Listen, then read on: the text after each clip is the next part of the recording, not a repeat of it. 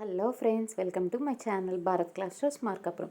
ఇవాళ అయితే నా డైలీ మార్నింగ్ రొటీన్ బ్లాగ్ అండి. ఇవాళ మా పాపకి లంచ్కి టిఫిన్కి ఏం ప్రిపేర్ చేస్తున్నానో చూసేద్దాం రండి. మా పాప టిఫిన్ కోసం అయితే రవ్వ ఉప్మా చేశానండి. పాపకి లంచ్ బాక్స్ కోసం అయితే నేను ఇక్కడ కరివేపాకు రైస్ ప్రిపేర్ చేస్తున్నాను.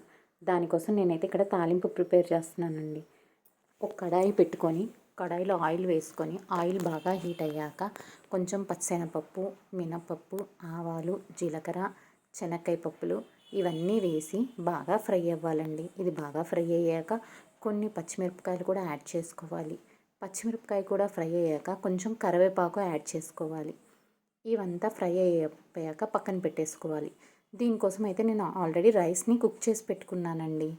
ఆ రైస్ని ఇప్పుడు మనం ఒక బౌల్లో తీసుకొని మనం ఏదైతే కరివేపాకు రైస్ కోసం తాలింపు వేసామో దాన్ని యాడ్ చేసి నేనైతే ఆల్రెడీ కరివేపాకు రైస్ కోసం పౌడర్ని ప్రిపేర్ చేసి పెట్టుకుంటానండి. ఎప్పుడన్నా హడావిడిగా కుదరని అప్పుడు నేను ఈ కరివేపాకు రైస్ లంచ్ బాక్స్లోకి ప్రిఫర్ చేస్తాను. ఇక్కడైతే నేను కరివేపాకు రైస్ తగినంత యాడ్ చేసుకుంటున్నానండి. ఆ పౌడర్ యాడ్ చేసుకొని కొంచెం సాల్ట్ యాడ్ చేసుకొని ఏదైతే మనం తాలింపు వేసి పెట్టుకున్నామో దాన్ని కూడా దీంట్లో యాడ్ చేసేసి బాగా మిక్స్ చేయాలి. దీంట్లోకి ఒక నిమ్మకాయని కూడా పిండుకోవాలండి. అదంతా బాగా మిక్స్ చేసుకోవాలి. బాగా మిక్స్ చేసుకొని ఒక పక్కకు పెట్టేస్తే కరివేపాకు రైస్ రెడీ అయిపోతుందండి. పాప స్నాక్స్లోకి వచ్చేసి నేను ఇవాళ సొరకాయ తపాల చెక్కలు చేశానండి. అది కూడా ప్రిపేర్ చేసేస్తున్నాను.